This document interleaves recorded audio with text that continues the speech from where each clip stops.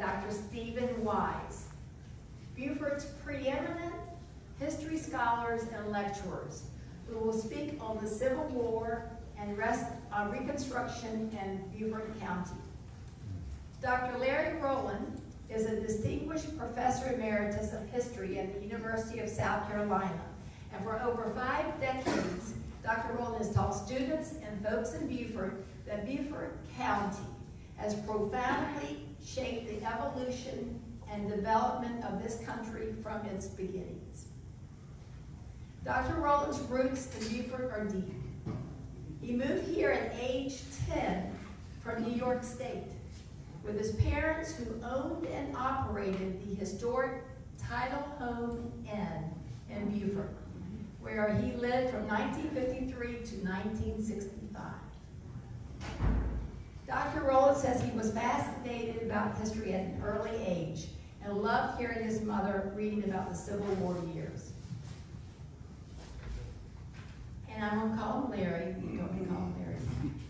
Dr. Stephen Wise, Stephen, a native of Ohio, earned his doctorate degree at the University of South Carolina and came to Beaufort in 1983.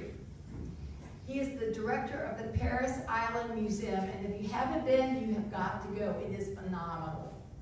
And the Marine Corps Recruit Depot is located at Paris Island. Dr. Wise says his love of history and interest in studying the Civil War began early when his family traveled to visit historic sites during the Civil War centennial in the early 1960s. Dr. Rowland and Dr. Wise have spent their lives tirelessly researching and poring over historic records, letters, newspaper articles, journals, and military regimental histories to unearth the nation's and Beaufort's past. Will you please welcome Dr. Larry Rowland and Dr. Stephen Wise.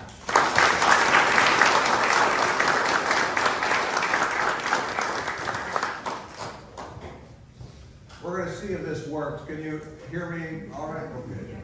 I work with drill instructors, so you get along with it. I get to go first, which is wonderful. That means that Larry may have to make up some time here, or he may just fall asleep as I'm going through here. But what I want to do is sort of set the stage of what occurs, not really with the military side of the Civil War, though obviously they're going to be involved in this, but what was referred to as both the Port Royal experiment or rehearsal for Reconstruction. This is the government, United States government, trying to develop some sort of operation to deal with the freed slaves that were in this area at the start of the Civil War. Now, in order to set the stage, I have to kind of go back a little bit. When the southern states left the Union, they believed that secession was perfectly legal. When they got into the Union, you called a People's Convention, and at these conventions, the delegates would vote to bring the state into the Union. Well, to get out of the Union, why don't you just reverse this pattern? You call a People's Convention, and at this convention, the delegates will vote either to stay in or leave the Union. Well, South Carolina, of course, is the leading state to bring it about, and it will be followed by 10 other states before all these states leave the Union. Now, on the other hand, of course, the Lincoln government believes that the Union, this is all illegal, that secession is illegal, which leads to a nice question. Does anybody know what the official name of this war is? War of the States. Haven't heard it yet. War of the Rebellion. This is called the War of the Rebellion. The Lincoln government deemed the seceded states to be under the control of a combination of persons engaged in insurrection, and therefore these states were considered to be outside the protection of what? The Constitution. As you can imagine, this sets up some interesting extra legal world that allowed both the President and Congress to issue orders, acts, and proclamations that otherwise would have been unconstitutional if the southern states had stayed in the Union. And this, of course, includes any action on slavery. Now, at the start of the war, there are some confusing and interesting situations as the two sides try to sort things out. We can go through all of these. I'm not going to test you after this, but the Fifth Amendment, you can't take property from people. Slaves are property. How do you handle that? Then there are different articles in the U.S. Constitution about returning escaped individuals from servitude. Then there's the Fugitive Slave Act of 1793, which wasn't very strong, and a lot of states found the ways around it. And then, of course, in the Compromise of 1850, you have the Fugitive Slave Act of 1850. And so when the war breaks out, you have these different commanders wondering, well, are we still under these regulations? And oftentimes, when escaped slaves would come into Union lines early in the war, commanders would return them. Now, one would think that these, once secession occurred, these acts, as related to the seceded states, would no longer be enforced. But again, in some cases, okay, you want your property back, we will return your property. Then in early May 1861, 3 slaves owned by a Colonel Mallory fled to Union lines near Fort Monroe, Virginia, where they informed the federal commander, Major General Benjamin Butler, that their master intended to send them to North Carolina to work on fortifications. When called upon to return the slaves, interesting enough, Butler and Mallory were both very good friends. They were very large, big operatives in the Democratic Party at this time. When called upon to return the slaves, Butler refused, and being a good lawyer, defended his actions by expanding the interpretation of the term of contraband of war, stating, "I shall hold the Negroes as contraband of war, since they are engaged in the construction of your property and are claimed as property." Contraband of war is anything that helps your enemy fight a war. These slaves working on fortifications, they're contraband of war, according to Butler. So now, by Butler's definition of contraband of war, any material that helps your enemy's war effort now includes slaves, who could be used by the Confederacy for the war effort. Now, Butler's actions will have consequences. While Lincoln worried of its effect on the border states, radicals in Congress and even the Secretary of War seized on the act to push their agenda of ending the institution of slavery. And a few months later, Congress passed what's referred to as the First Confiscation Act, that allowed the seizure of any property, including slaves, being used to directly support the Confederate war effort. But the act did not adequately address the issue of what to do or what the status to give to the escaping slaves. Does it also apply to their wives, their children? How does this necessarily fit? Obviously here, many were fleeing to Fort Monroe. So, but what will take hold was the use of the term contraband. A few months after Butler's use of the term at Fort Monroe, and a month after the passing of the First Confiscation Act, you start seeing this term contraband being used. And again, I'll give you a little something here, you won't be tested on these things, but contraband, slaves escaping from the Confederacy before the issuing of the Emancipation Proclamation. Freedmen, slaves from or in the rebelling states after the issuing of the Emancipation Proclamation. And then you have freedmen. These are blacks born free. I know the last 2 terms are a little sexist, but this is how they came up with them in the 1860s. However, none of these activities had yet, by the fall of 1861, set a definite proposal on how to deal with slavery and formulate a Reconstruction program. And no one thought that a military operation that is going to be carried out in November of 1861 to establish a naval station at Port Royal, South Carolina, would have any effect on these matters. In late October 1861, a northern expedition sailed from Hampton Roads to attack Port Royal, leading the attack on board his flagship, the Wabash, that's the Wabash right there in the foreground, was Flag Officer Samuel Francis DuPont.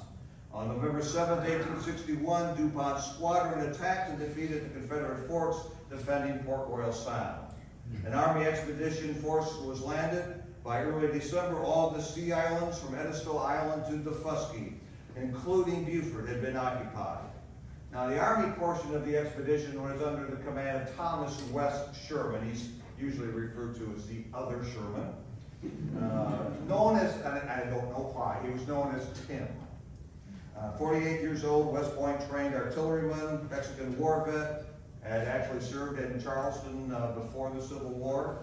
But Sherman's primary mission was to guard a naval installation located in the Sound and open operations against Savannah and Charleston. But there was a problem. There was a problem. When the Federals arrived and defeated the Confederate force at the mouth of Port Royal Sound, not only did the Confederate military flee the area, but so did the vast majority of the property owners. Not all did, but at least 90–95% did leave. No one really knows why. They had been directed by the Confederate military to leave. Some say, well, they didn't want to live under federal occupation. The main sort of reason often given was they were afraid of a slave revolt. Knowing now that the Confederate military had left the area, there really was no one there to protect them. Whatever the case, they left behind their homes and most of their human property. Some 8,000 people, now termed contrabands. This is not what General Sherman or anyone else expected. No one expected these people to leave. In fact, this is the only place where slave owners left.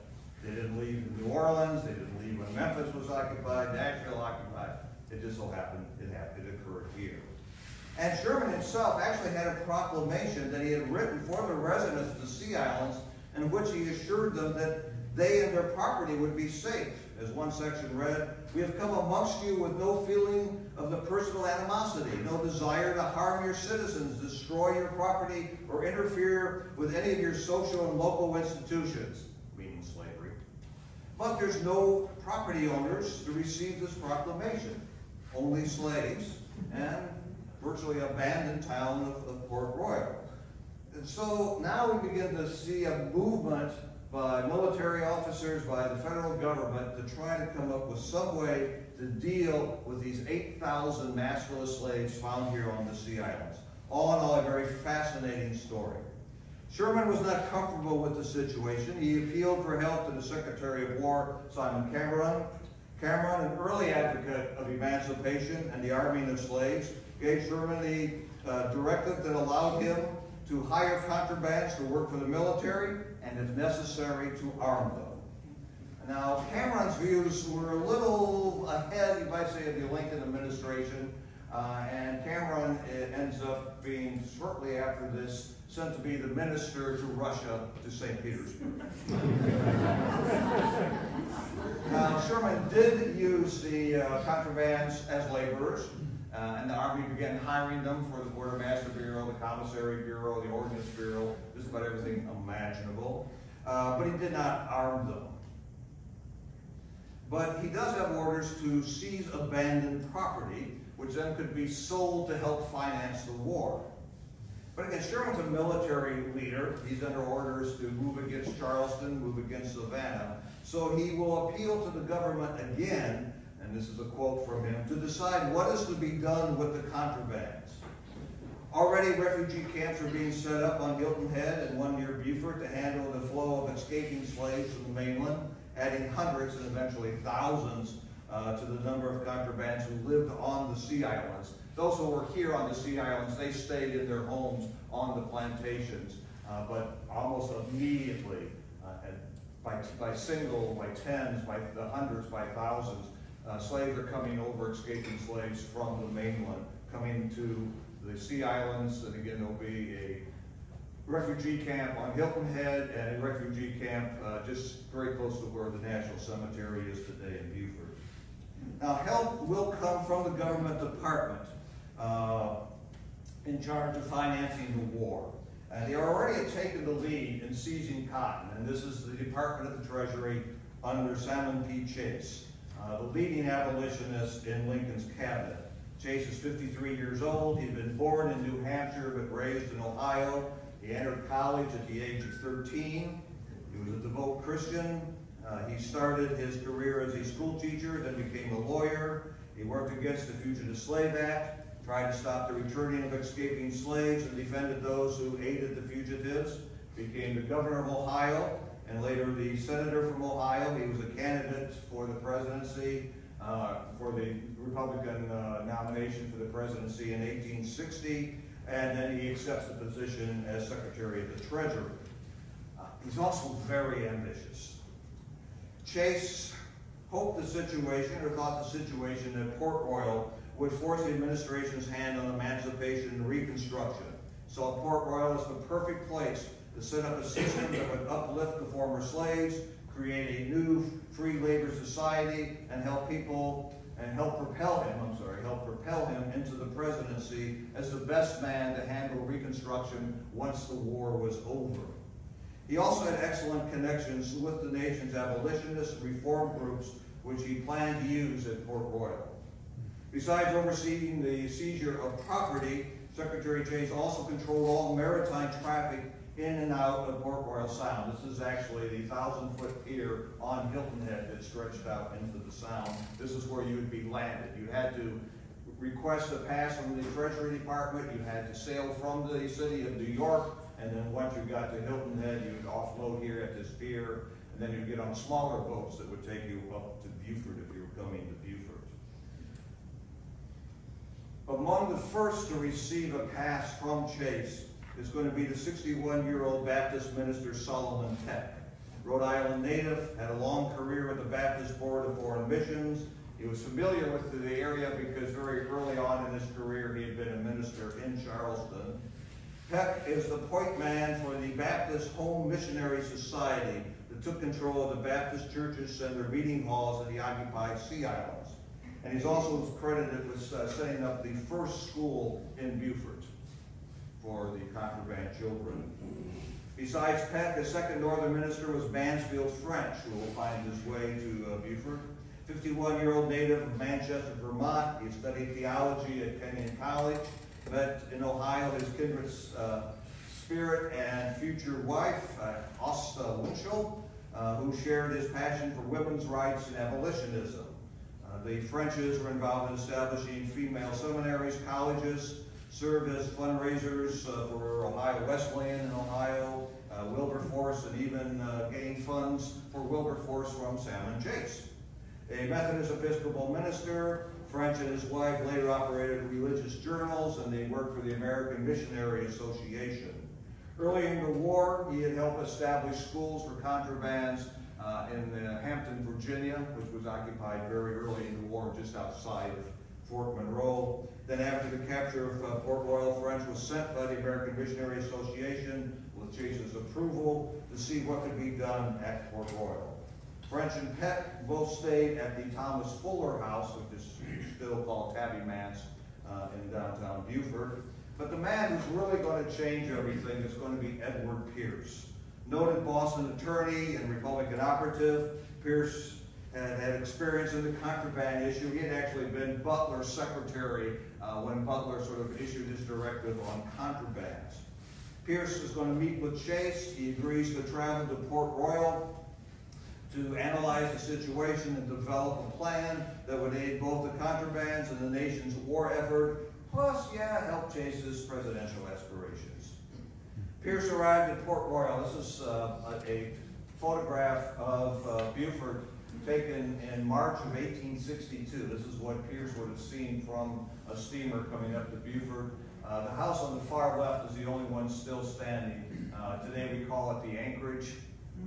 Then the house next to that, that's the largest home in Beaufort until the 1960s. One that was torn down for the Best Western. Pierce made a detailed report for Chase outlining the situation at Port Royal. He found 195 plantations with an average of 81 slaves per plantation. Also at Hilton Head and near Beaufort were refugee camps, each containing about 600 to 1,000 escaped contrabands. He noted that the majority of the former masters had lived in residence in Beaufort, leaving the management of plantations to overseers or drivers. If you're familiar with the Red House Inn, this is what the Red House Inn looked like during the Civil War.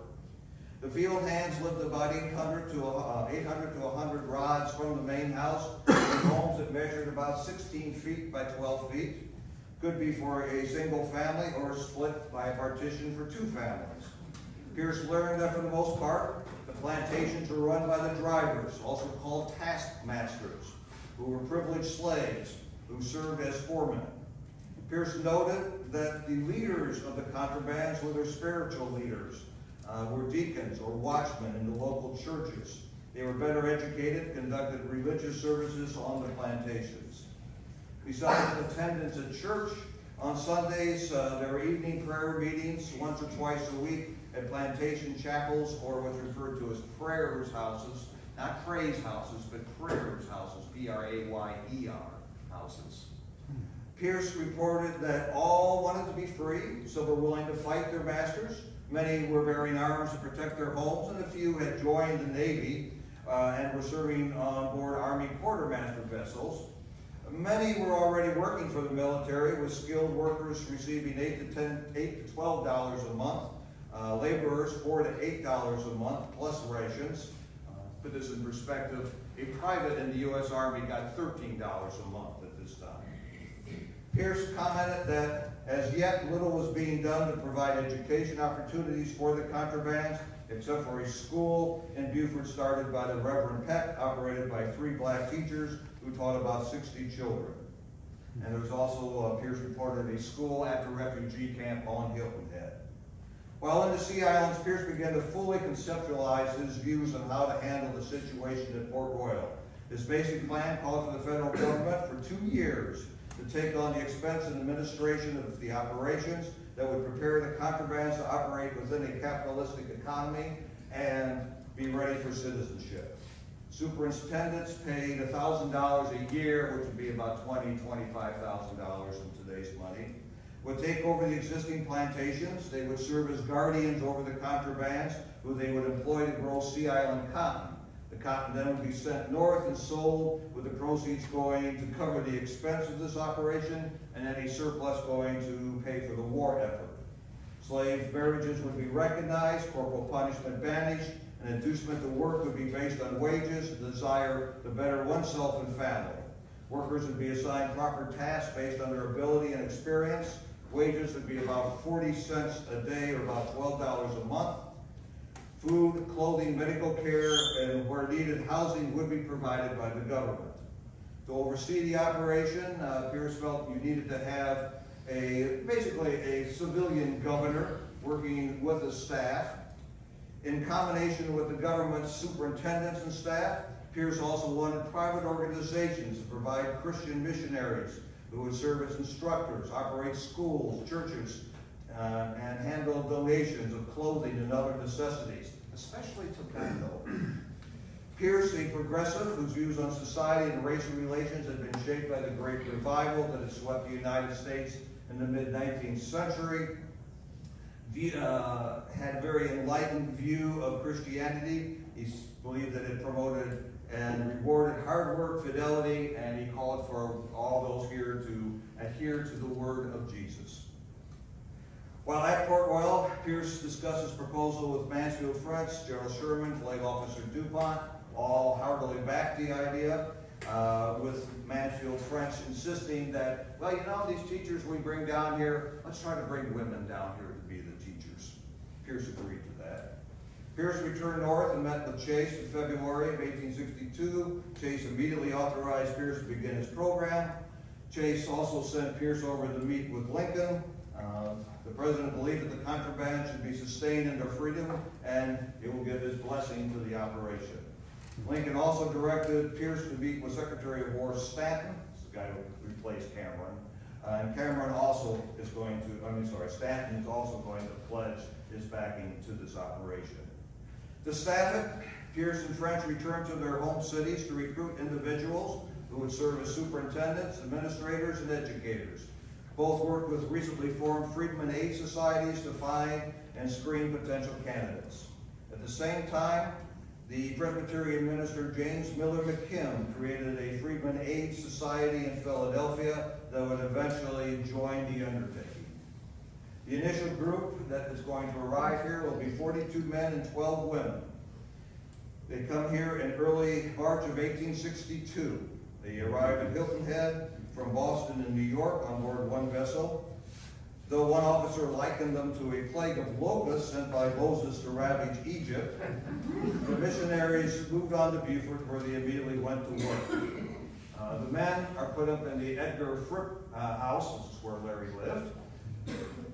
The women were put in the Paul Hamilton house, just across basically the street from the other home. One of the women wrote, "Can you imagine 12 independent, strong-minded women in one house? It just won't work." Pierce will be the initial supervisor, basically the civilian military governor, will set up his headquarters on the Oaks Plantation out on St. Helena Island. One individual that Pierce thought highly of was Edward Philbrick, 34-year-old architect engineer from Massachusetts. He serves with no compensation, and he was assigned to Coffin Point Plantation, the largest plantation under Pierce's jurisdiction. Perhaps the most dramatic story of this, and if you have a chance, Rehearsal for Reconstruction by Willa Lee Rose is a wonderful book covering a lot of this. But there's a very dramatic story, this encounter between the idealistic sort of missionaries, as they sort of termed themselves, coming down here, who saw themselves as new colonists to establish a new society. Most never had any contact other than the occasional speaker with any blacks, much less slaves, up to this time. This is a wonderful, all these photographs I'm showing you are taken in this area. This is the Smith Plantation where the Naval Hospital is today. This is one of the pictures that Ken Burns always used to show slave owners. Now, these are all Northerners coming down to Port Royal during the Port Royal experiment. They had paternalistic attitudes. They also learned quite quickly that the contrabands understood, thanks to the pre-war tax system and the concept of master time and slave time, where you would work for the master a certain amount of time, get your task done. Then you had your time, slave time. You could go fishing, you could sleep, or you could develop your own little businesses, sell fish, become carpenters, become metal workers, what have you. So they understood how to make money. They just wanted to make more money.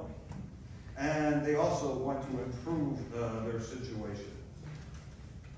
A major part of the Port Royal experiment is the education component.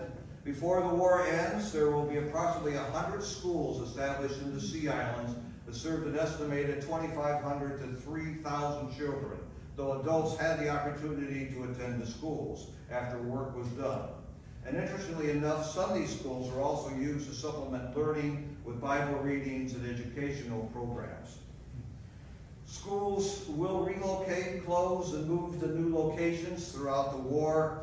A good example of this is the education center established by Ellen Murray and her best friend Laura Town. They first worked at the school at the Oaks Plantation, which was run by a different lady, Nellie Windsor. Then they opened their own school at the Brick Church on St. Helena Island, and finally, in January 1865, moved into a prefab school building that was sent down to them by the Pennsylvania Freedmen Association, and it was at that time, in 1865, that Laura Town is going to name the school Penn School in honor of, she said, the great educator William Penn. On Paris Island, the famous abolitionist feminist Frances Baker Gage served as not only the island superintendent, but also operated the island school. She was assisted by her daughter Mary, and for a short time by Clara Barton. In this school at Old Fort Plantation was Elizabeth Batoon, who, like Laura Town, wrote a wonderful book called First Days Among the Contraband. I greatly think you should read that, where she relates her experiences. She was assisted by her two nieces, Lizzie and Fanny. In Beaufort, there was a number of schools, though not all operated at the same time. Believe it or not, that female seminary is still existing today. It doesn't look like that at all. The Baptist Tabernacle, that one was destroyed in the 1893 hurricane, but they rebuilt on the same locations, Tabernacle Church today. The colored reading room no longer exists. It was in the Point, but obviously the university building still exists, and Wesley Methodist Church still exists as well. Teachers were mostly, not always, women. They would stay in a number of the homes. Any homes that they were staying in was referred to as mission houses. They used such texts as Hilliard's secondary primary reader, Wilson's second reader of the Bible. Classes usually ended with the singing of My Country 'Tis of Thee. Other favorite songs were John Brown's Body and such tunes as Down in the Lonesome Valley, Roll, Jordan, Roll, Heaven Shall Be My Home, and Whistling Jacob. Now, there were problems. At first, contrabands were suspicious of the newcomers. Maybe we exchanged one set of masters for another. Bored soldiers caused trouble, raided contraband settlements, stole food, chickens, and livestock. On Harris Island, they shot the island's only bulls, which resulted in a very long poem. I will not read all 15 stanzas. Dear General Hunter, my heart is full, lamenting for my butchered bull.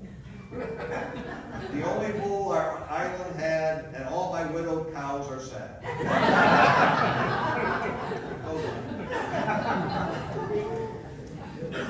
The missionaries were not always that united. Teachers vied with each other over who had the best school or who had the biggest bell to call students to class.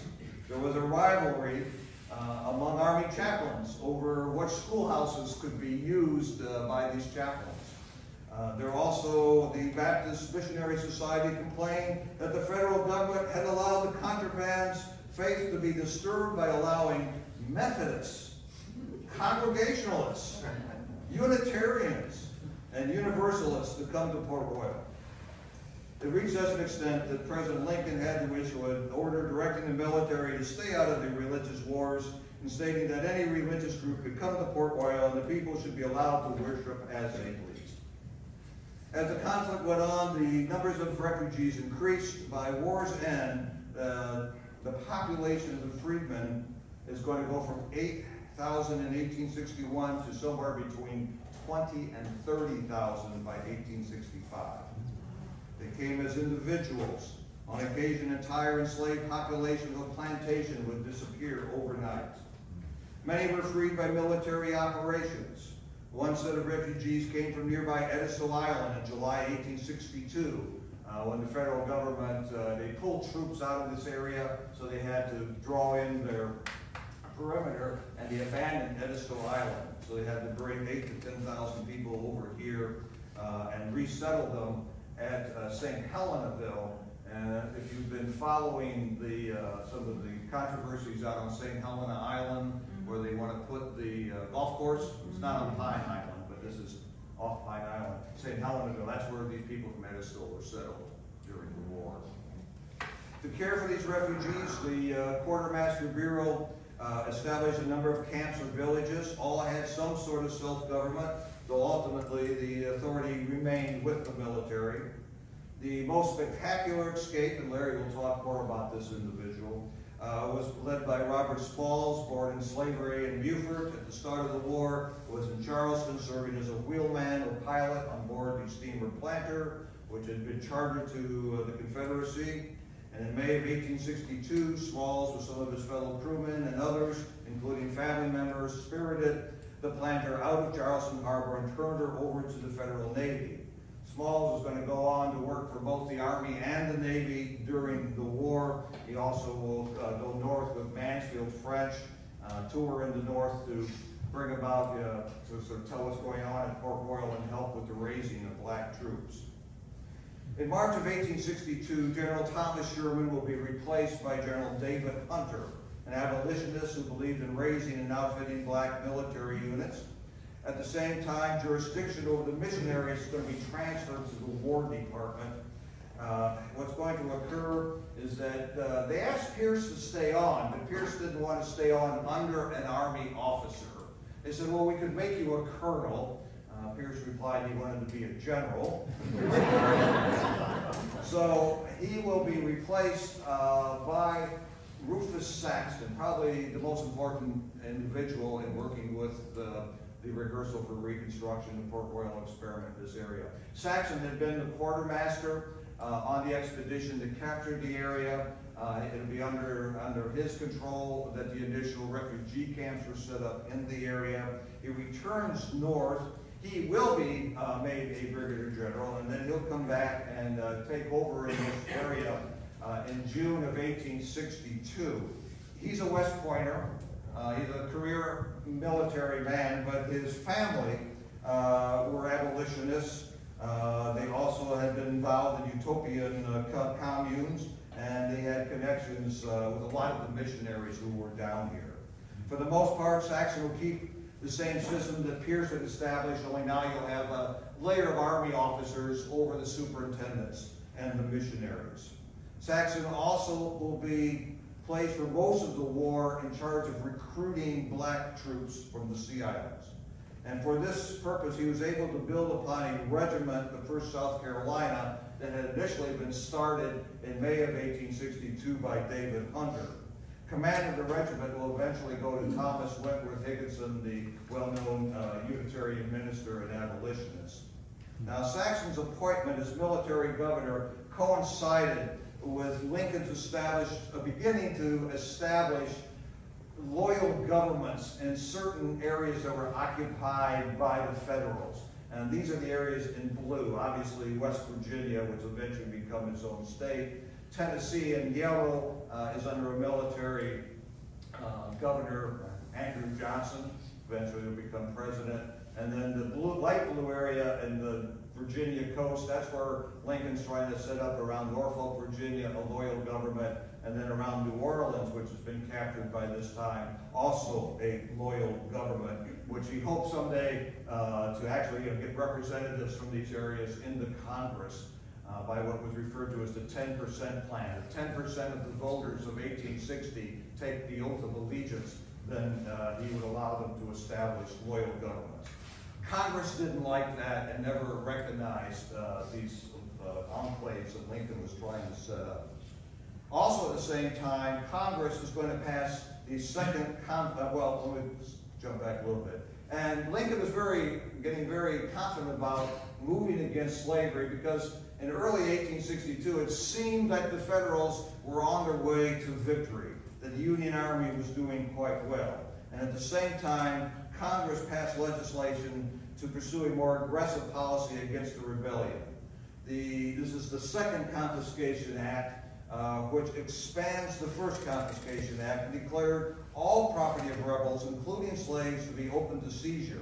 The act also declared slaves belonging to those supporting the Confederacy, once within federal lines, to be free. Provisions were also made for the appropriation and redistribution of land, the raising of black troops, and the desired colonization of the former slaves outside the United States. Lincoln took all this under advisement. He believed that emancipation, Reconstruction, should be in the president's hands. But the Confederacy started to have more success in the summer and fall of 1862, setting back Lincoln's timetable on issuing the Emancipation Proclamation.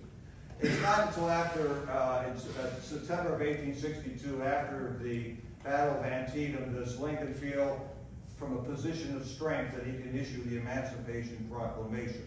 And it's an interesting document. It has a lot of the Second Confiscation Act in it.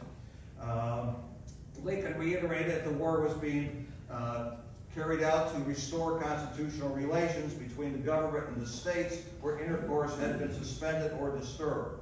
It did declare slavery over, but called on Congress to develop measures for all slave states, loyal or even those in rebellion, which would achieve a voluntary end of slavery, immediate or gradual, and for the colonization of Africans either in or outside the continent. This could also, dealing with slavery, could include compensation for the slave owners. But there was a catch, sort of a bit of a carrot and stick here. If the rebellion states did not return to the Union by January 1st, 1863, then all persons held in these states would be declared free.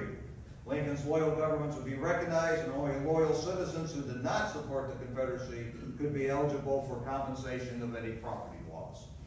Obviously, the seceded states don't come back. In fact, Jefferson Davis uses the Emancipation Proclamation to try to rally more support for the Confederate war effort. But in the Sea Islands, as January 1st approached, General Saxon planned a very elaborate ceremony for the reading of the Emancipation Proclamation and the officially taking into service of the 1st South Carolina. Arrangements were set up and to have a platform in an oak grove. We're not quite sure where exactly it was. You can see on the right-hand side, they did go ahead and roast 10 oxen. Big oxen on a spit, turning them. Higginson wasn't quite sure. How do you know when an oxen is done? They went ahead and did that. They also planned to serve, this was a favorite thing they liked to serve as refreshments, a combination of molasses and water. It was said that some 4,000 to 6,000 people attended the ceremony. One participant is Charlotte Fortin. Charlotte Fortin, black school teacher from Philadelphia. Her diary is very fascinating about this area. She is going to give us a wonderful description. She arrives from St. Helena Island. She's landed. This is really right where the National Park and DNR has a little park at Fort Frederick, and taken up to the camp of the 1st South Carolina. She reports that they have set up this platform in a beautiful grove, a live oak grove adjoining the camp. It is the largest one I have yet seen. She went on to report, "I thought I had never seen a sight so beautiful. There were black soldiers in their blue coats and scarlet pants, the officers of this and other regiments in their handsome uniforms, and crowds of lookers-on, men, women, and children, grouped in various attitudes under the trees. The faces of all were happy, eager, and expectant look." In a very carefully orchestrated ceremony, songs were sung, odes were read, speeches were made. The highlight of the ceremony was a reading of the preliminary Emancipation Proclamation by William Brisbane, a South Carolinian slave owner who had freed his slaves, gone north, became a leader in the abolitionist movement, and now is serving as a tax commissioner here in the Sea Islands. After the reading, flags were given to Colonel Higginson for his regiment. Higginson will accept the flags, and he'll turn them over to his 2 top non-commissioned officers, Prince Rivers and Robert Sutton, who will make short speeches. More speeches and songs were followed. Ceremony ended with the singing of John Brown's Body. Then the crowd joined in the dinner of 10 roasted oxen. Charlotte Fortin summed up the event by saying, "A very happy, happy New Year, and to us all a year of such freedom as we have never yet known in this boasted but hitherto wicked land." Interestingly enough, Lincoln did not sign the final version of the Emancipation Proclamation until that evening, hours after the ceremony here. So they read the preliminary Emancipation out here. It takes immediate effect in the areas that are red on this map. The other areas in blue, those are areas that Lincoln has set aside as loyal government. Flags aren't freed in those areas. But as the Federal Army continues to move inland, seize more land in the Confederacy, the Army basically becomes emancipators. Now, with the Emancipation Proclamation in place, now the next question is, well, okay, we got an education system going, we got it working, they are now free. What's next? Well, next, a lot felt should be redistribution of land. But here's the rub. Could the United States seize property without due process? Yes, during the war, there had been a number of congressional acts passed where abandoned property, owned by those in rebellion could be seized. But, how legal is this, and would it hold up once the war is over? Well, in the Sea Islands, there was a mechanism to take property and transfer it to others. During the war, the United States government will pass a direct property tax to help pay for the war effort, passed on to every state and passed on to every area that was occupied by the federal troops. Beaufort being one of these areas in the South occupied by the federal forces, yes, 3 tax commissioners, see them there across the top, will come down. They stayed in what people refer to as the Secession House in Beaufort. I believe their office was in the Cockcroft House, which is down on Bay Street, still standing today. Using a pre-war assessment, the commissioners levied a tax. The entire tax, property tax, on all the property on the Sea Islands held by the Federals, $11,000. This is pocket change for these pre-war plantation owners in this area. The largest plantation, Coffin Point, $600 tax. Smaller ones, $100 tax.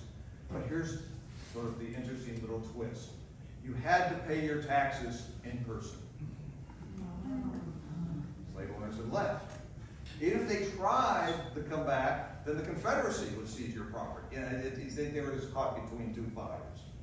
So, and they go about the normal way of what occurs. Tax notices are placed in the newspaper. Land listed by plantations. I know you can't read it, but it's on that side there. The first tax sale was scheduled for January of 1863, but it was held back because there was a sort of argument that, well, wait a minute, maybe only northern speculators will come down here and take over the land. So we've got to do a little, organization here to make sure that the freedmen get an opportunity to bid, and maybe we should hold back a lot of the land. So when the auction does eventually occur in March 1863, of the 60,000 acres that were available, only 16,000 were put up for sale.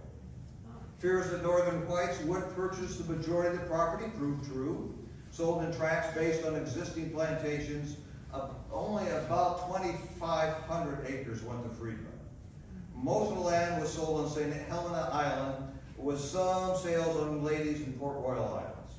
11 plantations, that's that yellow up there on the right-hand side, went to a northern consortium of textile manufacturers, including the region's largest Coffin Point, where it was hoped an agricultural factory where hired freedmen would be paid to grow this very profitable Sea Island cotton.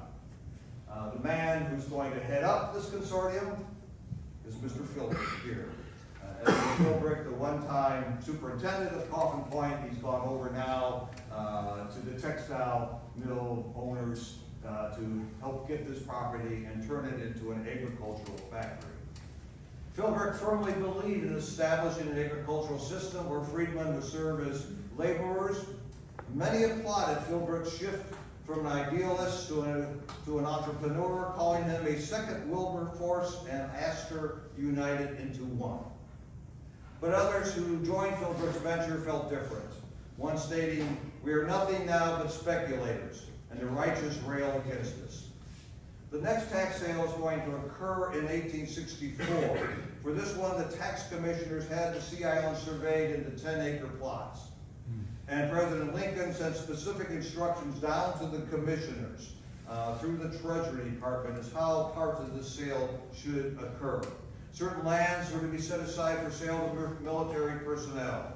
Some property set aside for school farms. These are farms that would be leased out, 160-acre farms that would be leased out, and the money from the lease would go to supporting local schools.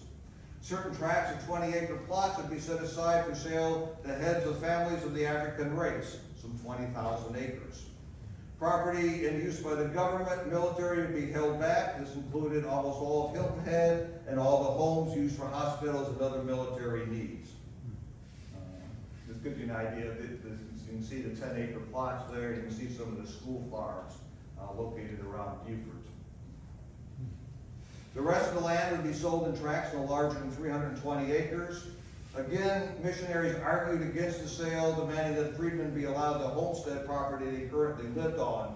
But okay, if you live on St. Helena and the property set aside for sale to the heads of African families is on Paris Island, you don't really want to move from St. Helena to Paris Island. So they thought that maybe they could work out a homestead where they could preempt the property they are living on. This went back and forth, and in the end, preemption was ruled out. The sale will go ahead as called for, and the tax sale will occur with about 60,000 acres going up for sale, though by this time the freedmen had gathered up money or joined together in pooling money and are able to buy about 25,000 acres at this time.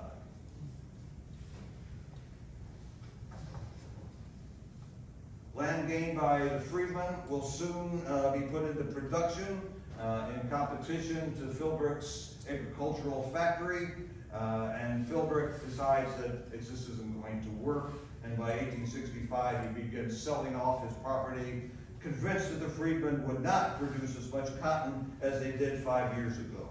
But this proved wrong, and cotton production went up as the freedmen worked their own farms.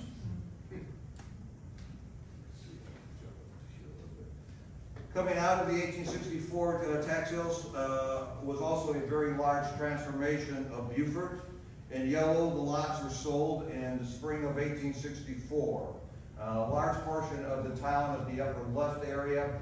There were no homes in that area, but it was open land, and a lot of that property was purchased by freedmen, by black soldiers serving in the area at that time.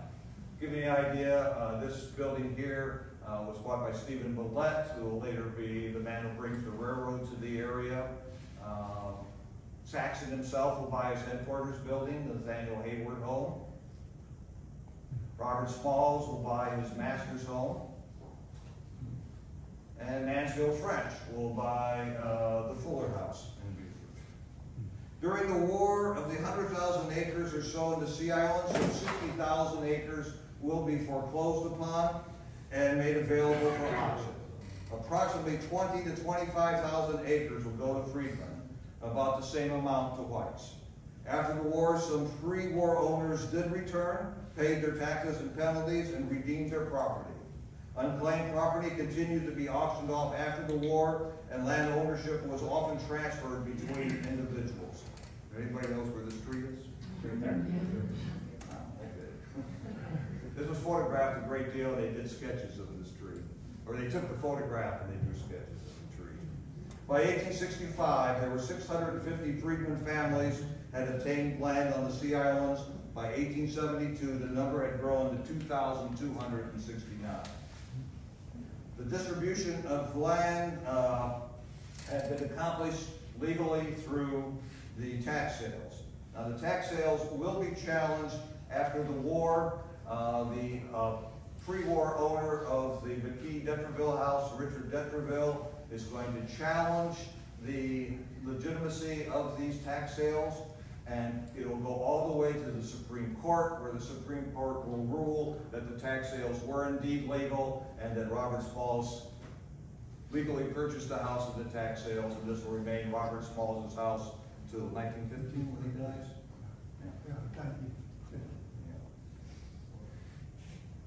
While this is all going on, they're still recruiting black soldiers. Sort of an interesting tidbit is that more soldiers will serve the Union Army, black soldiers, from this area than white soldiers serve the Confederate Army. You also begin to see blacks participating in national politics. They actually bring together a delegation to attend the 1864, really wasn't a Republican, it was called the Union Convention in Baltimore, and a mixed-race delegation was elected in this house, still standing in Beaufort, to attend the presidential Union program. And though they were seated, they were not allowed to vote because South Carolina was not a recognized state. They also are going to establish, Saxon, a military bank in Beaufort for the freedmen, and this building is still standing downtown, but you can hardly recognize it anymore. And this will later be taken into the National Freedmen's Bank as well.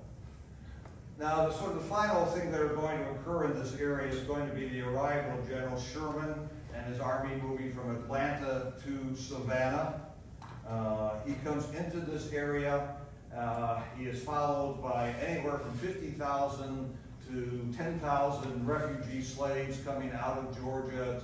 We think anywhere between 10 and 20,000 make it to Savannah. A lot drop off before they get there. The vast majority of these individuals will be shipped up to the Sea Islands in early 1865.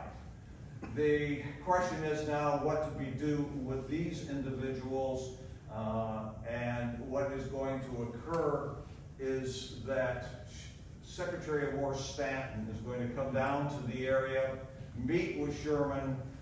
Sherman will discuss with Stanton, basically saying, I need a place where all these refugees can be sent because they slow down my armies, they get in my way.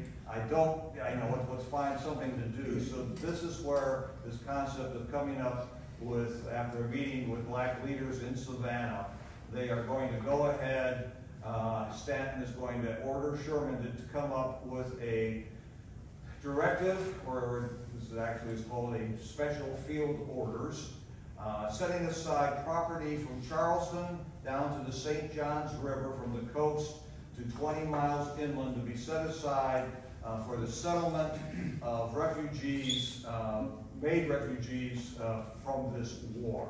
This is nothing permanent. This is just a military order to find a way to settle these refugees. Sherman said that. He said, you know, you do realize that once the war is over, is this whole thing going to be legal? And Stanton said, oh, you don't worry about it. We'll make it legal.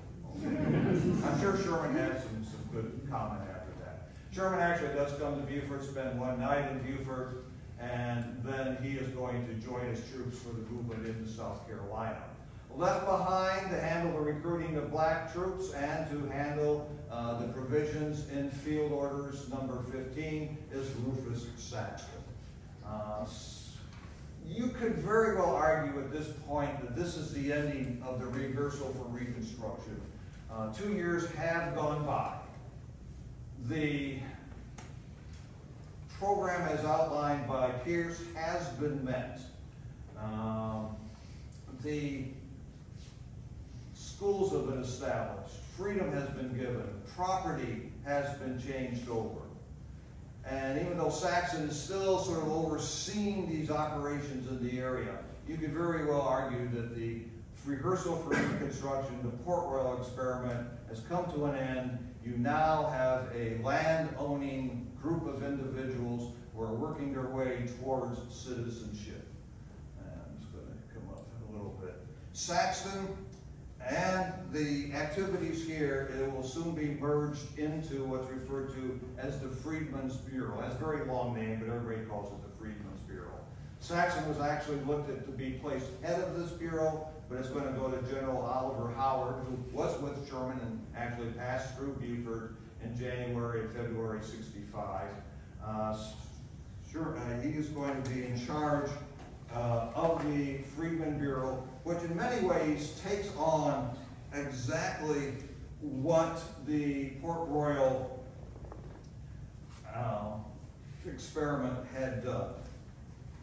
They are going to work with the freedmen. They're going to work to establish more school systems. They are going to provide relief and medical services for both blacks and whites. Set up a school court system to ensure fair trials for the freedmen. They are going to continue and establish even more schools, again, for both black and whites, so few whites attend. And they will assist the freedmen with their labor contracts. A lot of this came out of the Port Royal experiment and now is being continued on by the Freedmen Bureau. But the Freedmen Bureau really doesn't get too far. It's established in March of 1865. Abraham Lincoln gives it its blessing, but Lincoln is assassinated and Andrew Johnson becomes President of the United States. Johnson will immediately issue a general amnesty proclamation. He is going to pardon the vast majority of the former Confederates and restore rights and property to all except those who were the Confederacy's primary property owners, civil and military leaders, but they could apply to Johnson personally by writing him a letter asking for a pardon. And out of these about 15,000 people, Johnson gave pardons to 13,000. He liked it. He liked these former Southerners who disliked him coming to him, giving out these various pardons. Johnson also put forward, with a few twists, Lincoln's Reconstruction program to bring the Southern states back into the Union. This is a very basic. Step one was the appointment of provisional governors who would call the state legislature into session, and then once this is done, this is the former Confederate state legislature coming in, and then all they had to do was declare slavery abolished, declare the ordinance of session null and void, and repudiate the Confederate debt. You're back in the Union. For South Carolina, Johnson names Benjamin Perry. And Perry carries out this. He calls together convention that meets in the Baptist Church in Columbia. Interesting enough, this is where the ordinance of session was voted on and passed. And here they carry out their assigned tasks. They are going to, they kind of dodge the issue. They said, well, secession has been really declared null and void by military action by the North. They don't even mention the debt. And they actually vote on getting rid of slavery, and about 11 guys voted to keep slavery, including Leroy Yeomans from the Beaufort district. But Johnson agreed to this. A new state government was elected. These are the individuals who are part of the new state government. All of these are former Confederates in one form or another. And by Johnson's plan, South Carolina is back in the Union, able to send representatives to the federal government. The new legislature will meet in the South Carolina College campus in Columbia. They will carry out some more interesting things that will occur here. You may have heard us refer to the Beaufort district. Now you get rid of districts, you have Beaufort County. The governor of South Carolina now is popularly elected. They look to pass what was referred to as black codes. Some of these are good, some of them, most of them are bad. The good ones, okay, we're going to recognize black marriages, we're going to do certain things, but others are really intended to keep the freedmen in very much a subservient position. Once these black codes come out, the military commander of South Carolina, Major General Dan Sickles, is going to immediately turn them over and have them turned off. But even with this setback, the new government in South Carolina counted on President Johnson to sustain them. Such actions are going to worry the freedmen. Are we going to be regressing here? Some of them will join together in a meeting in Charleston where they will send a petition to the South Carolina legislature calling that they should allow the freedmen to have civil rights as called for in the Declaration of Independence. And they sent this petition to both the South Carolina House and the South Carolina Senate. At the same time, President Johnson, lobbied by Low Country planters, continued to press General Howard to return land, especially the land on Edisto Island that had been given over to freedmen back to the pre-war owners. It results in a very difficult position for Howard, and eventually ends up with General Saxton resigning from the Freedmen Bureau, going back to be a quartermaster with the Army. In December of 1865, South Carolina sent to the U.S. Congress these former Confederates. As senators, Benjamin Perry, a former Confederate congressman and judge, John L. Manning, signer of the Ordinance of Secession. To the House, U.S. House of Representatives, former Confederate General Samuel McGowan, John D. Kennedy, Confederate Congressman James Farrell, William Aiken Jr., the nation's 5th largest slave owner before the war. The United States Congress, though, refused to seat not only South Carolina's, but all delegations from the former Confederate states, except those from Tennessee, who happened to be Republicans. Johnson was outraged by the Congress's action, and even more so when in December '65, Congress passed a resolution to create a local committee on Reconstruction that challenged presidential Reconstruction. The bill empowered 9 House members and 6 senators to investigate political and social conditions in the former Confederate states before considering their readmission to the Union. It headed up by Congressman Thaddeus Stevens of Pennsylvania and William Fessenden of Maine, the senator from Maine. You might say now the gauntlet is thrown down between between Johnson and Congress.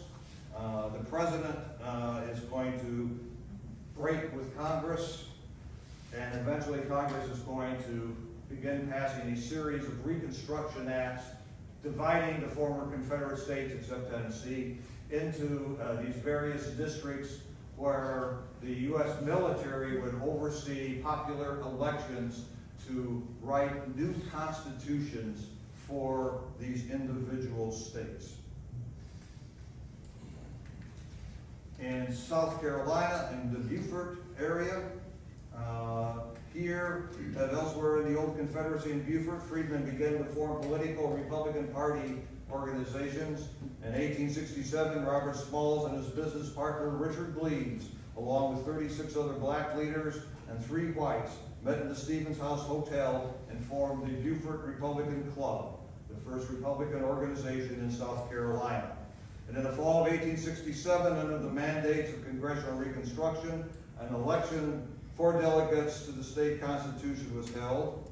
Among the places voting was held was in the Beaufort Arsenal, a structure that in antebellum times housed a slave patrol and was used as a place to discipline unruly slaves.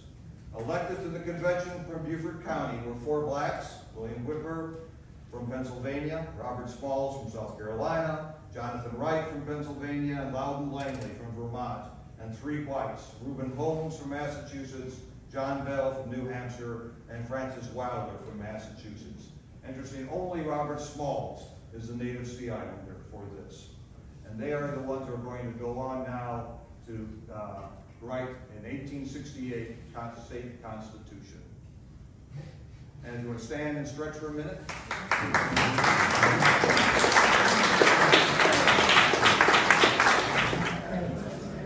All right, we'll give it back to Dr. Rowland with a phenomenal, wonderful story.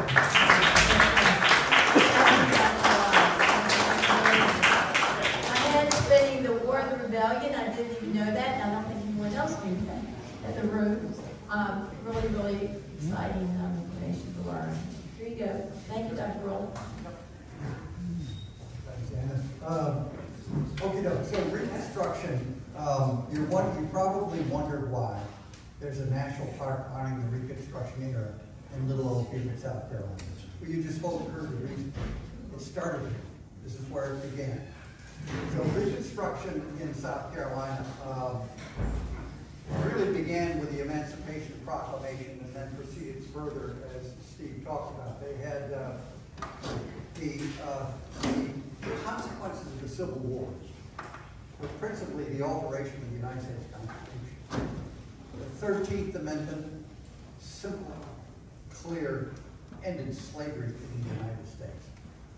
So that was the first consequence. The 14th Amendment came on, the 13th Amendment was passed December 5th,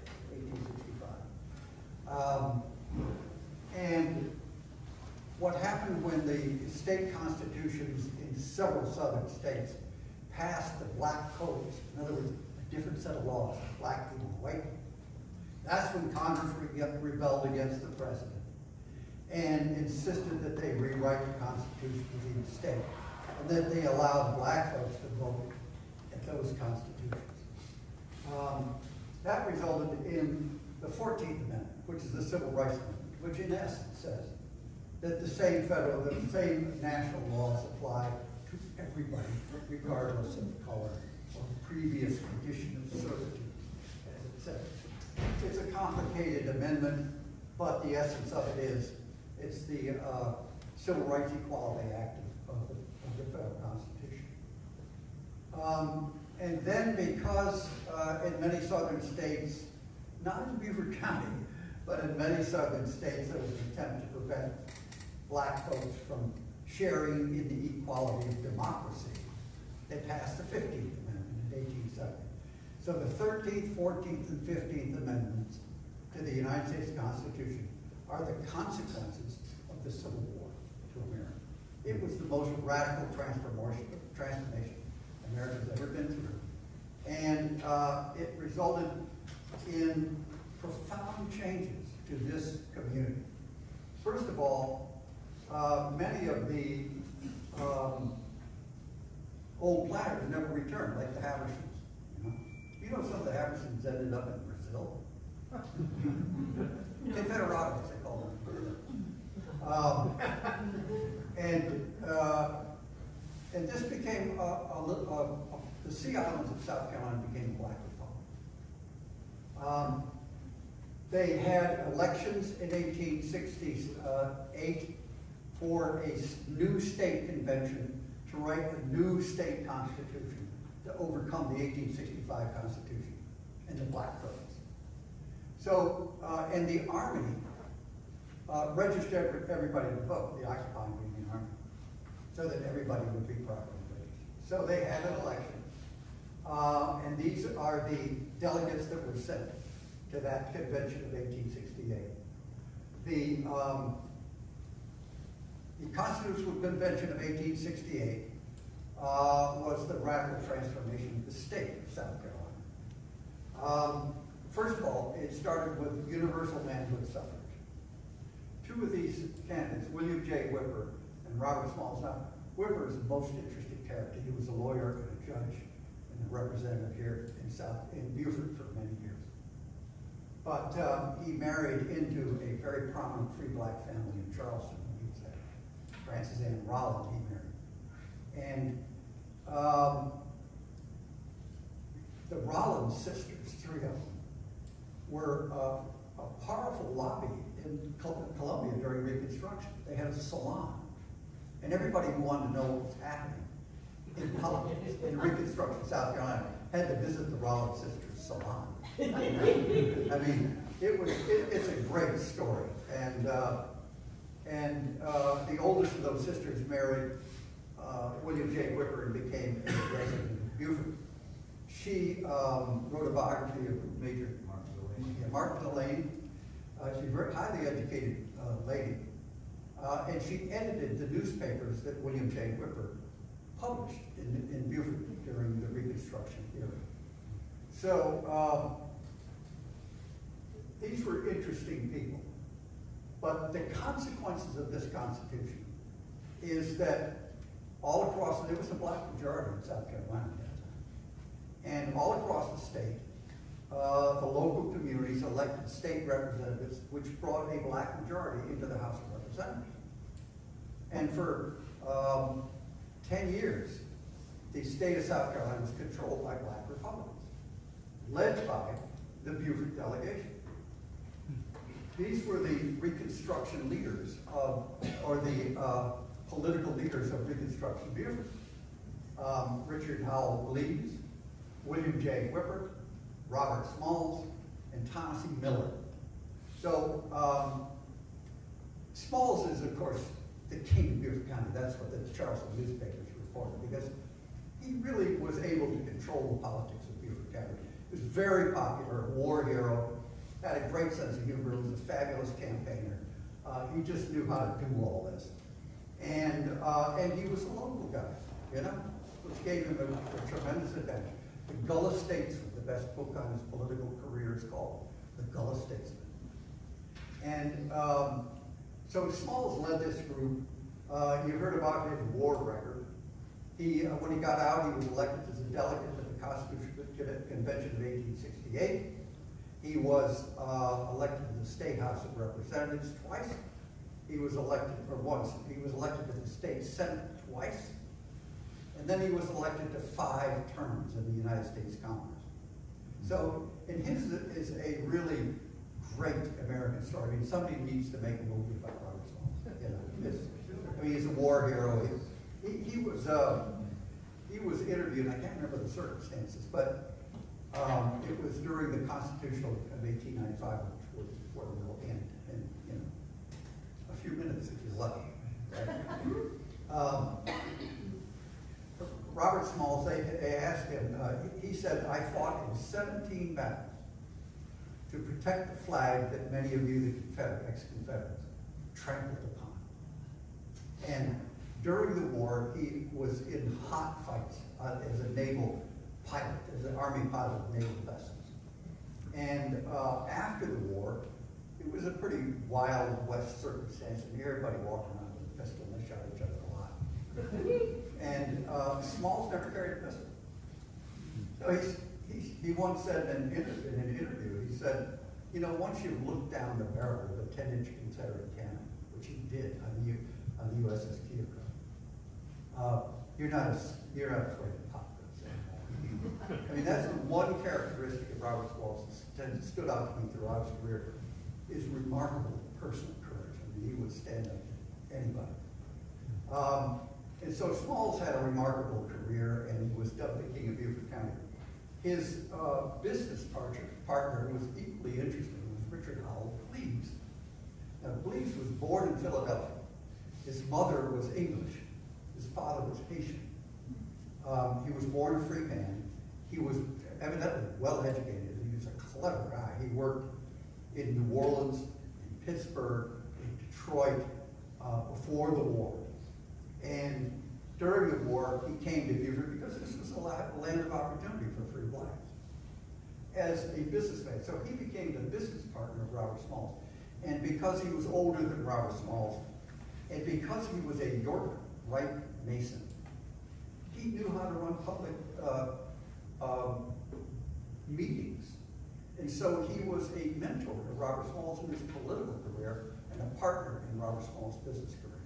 Robert Smalls became a very rich man during Reconstruction, and not just because of government graft, which he was accused of, but because he also was a wise investor in land and businesses. So those guys, and Richard Howell Bleaves was elected Lieutenant Governor of South Carolina 3 times, 1868, 70, or 1870, 72, and 74. And he was the first president or presiding officer of the first Republican State Convention because he knew how to preside over conventions because he was a York Rite Mason. At any rate, it's an interesting partnership, those guys. And to this day, Richard Howell Bleaves is the highest ranking African-American statewide elected official in the history of South Carolina, as Lieutenant Governor 3 times. And when Reconstruction ended politically in South Carolina in 1876, he left the state. He said, it's nothing here for me. He sold his house. The constabulary was about to arrest him for all sorts of different things, and he left Beaufort, and he ended up in Washington and worked for the Treasury Department and retired from that. Bleaves was born in 1822. Smalls was born in 1839. That was the age difference between those guys. Probably the second most influential African-American politician in Beaufort was William J. Whipper. So Whipper was from Pennsylvania. He was a free black man. His family, his father was a large contractor, builder in Philadelphia. So he was wealthy when he came to Beaufort. I mean, when he came to South Carolina, he stopped in Charleston just long enough to meet Francis and Rowland. And then they moved to Beaufort. And he started many enterprises, had several newspapers, owned property. And he got elected as a delegate to the 1868 Constitutional Convention that transformed South Carolina. The 1868 Constitutional Convention not only created universal manhood suffrage, but it also created the counties of South Carolina. They were created in the 1865 Convention, but confirmed with powers in the 1868 Convention, so that county governments had the power to tax for specific purposes: transportation and education. Look at your tax bills and what you pay for. Well, that's these guys. And that was the Constitutional Convention. And at the Constitutional Convention, a provision requiring free public education for every citizen of South Carolina was introduced to the Constitutional Convention by Robert Smalls. And it was very important to him personally because he had grown up without an education. He never was entirely literate throughout his long career. He always had a secretary who could read and write. He spoke well. He read a lot, but he never really learned how to write. So he's semi-literate. But for a long time, his little daughter, what was her name? Elizabeth Smalls Banfield, was his secretary when he went to Congress. She did all his correspondence. But there's a wonderful story about Elizabeth Smalls Banfield. When she was 12 years old, there was a 4th of July celebration on Bay Street. And you have to understand that Beaufort was 90% African American at that time. all the white property owners had gone, including the Habershams, and virtually all of them.